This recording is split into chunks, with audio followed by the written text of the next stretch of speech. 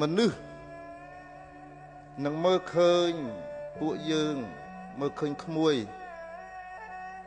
ទៅតាមទស្សនៈផ្ទាល់ខ្លួនរបស់គេ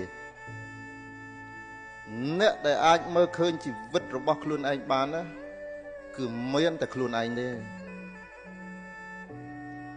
ហើយយុវវ័យនេះពួកយើងទាំងអស់គ្នានៅលើឆាកនេះសិតតែឆ្លប់ឆ្លងកាត់ទាំងអស់យុវវ័យចិត្តខ្លាំងដូចភ្លើងគិតតែខ្លួនឯងកម្លាំងដូចដំរីសាអញ្ចឹងខឹងម៉ែអត់ស៊ីបាយ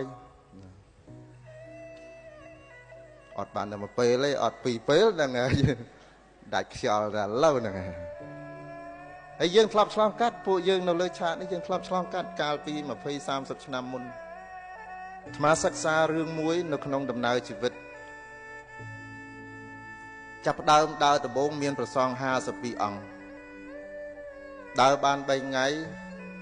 នៅសល់តែ10អង្គយើងដើរជិត1ខែនៅពេលជិតដល់គោលដៅខ្វះតែ2ថ្ងៃទៀតដល់គោលដៅក្រុមរបស់យើងបានដាច់ស្បៀងមួយយប់មួយថ្ងៃនៅពេលនោះអាត្មាមើលឃើញធម្មជាតិពិតរបស់មនុស្សលោកមួយកាលមុនដាច់អាហារដាច់ស្បៀងពួកយើងចែកគ្នារស់មានស្អីក៏ចែកគ្នាដែរប៉ុន្តែនៅពេលមួយដែលយើងដាច់ស្បៀងមួយយប់មួយថ្ងៃហើយយើងមិនគិតថាស្អែកយើងនឹងដើរដល់គោលដៅទៀតអាចនឹងមានមនុស្សដួលនៅតាមផ្លូវមនុស្សលោកចាប់ផ្ដើមលាក់នៅរបស់ណាដែលខ្លួនមាននេះជាធម្មជាតិជីវិតអញ្ចឹងយើងដើរមួយខែអាត្មារៀនរឿងមួយប៉ុណ្ណឹងបានហើយក្រោយមកទៀតអាត្មាមិនអស់ចិត្តទៀតអាត្មាសម្រេចចិត្តទៅគង់នៅក្នុងព្រៃមួយជួរភ្នំក្រវាញរយៈពេល3ខែទៅហ្នឹងគឺមិនមែនទៅដើម្បីឃើញខ្មោចទេបងគឺទៅដើម្បីមើលខ្លួនឯង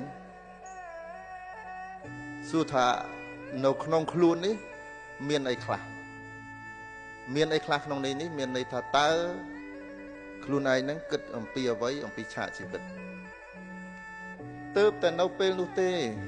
ស្មាស្គាល់ថាអូតាមពិតឆាកជីវិតដែលយើងអាចរស់នៅសម្រាប់